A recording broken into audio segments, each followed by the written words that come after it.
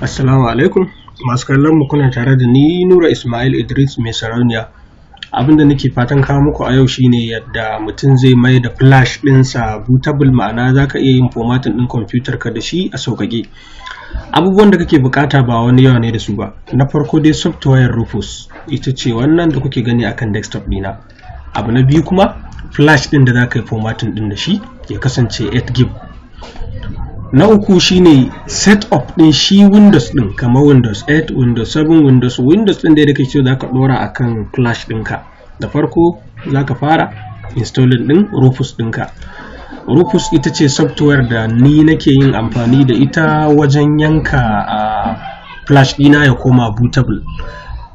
Then kana buɗe Rufus, abu hudu ne kwata-kwata za ka yi a jikinta. Na farko dai za ka ga wajen da aka sa device ya nuna ma empty, ma'ana babu flash a jikin computer ka. Sai ka ɗauko flash ɗinka kamar yadda na ɗauko nawa a yanzu. Bayan ka jona a jikin computer ka, da kanta za ka ga ta rubuta wa kun ga flash ɗina 8 GB ne. Abu na biyu sai ka zo wajen file system. Idan ka gan shi a wata namba daban ka cire shi ya koma NTFS. Abu na uku sunan window ɗinka, in ka rubuta ko baka rubuta ba babu wata matsala.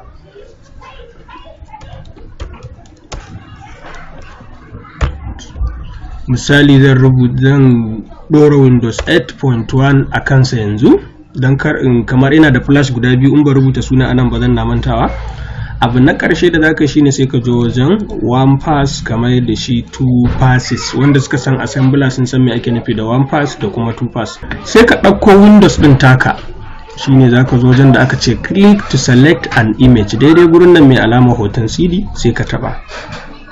Zai kai ka cikin wasu foldoji, sai ka zaɓi inda Windows ɗinka yake.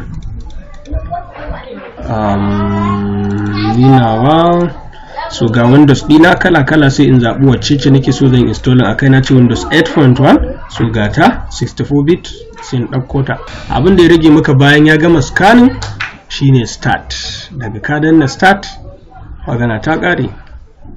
Start zai tambaye ka cewar shin ka yarda a goge komai da yake kan flash ɗinka. Domin in dai ka say yes, duk abin da ke kan flash ɗinka ya tafi. Yanzu ba abin da ya rage maka sai Windows ɗinka. Yes, alhaji ka gama.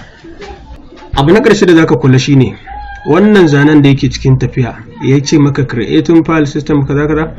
In ya ƙare zaka ga da kansa wannan start ɗin ta kawo wannan cancel ɗin kuma ta ɗauke, ya rubuta close, to ma'ana ya gama kenan.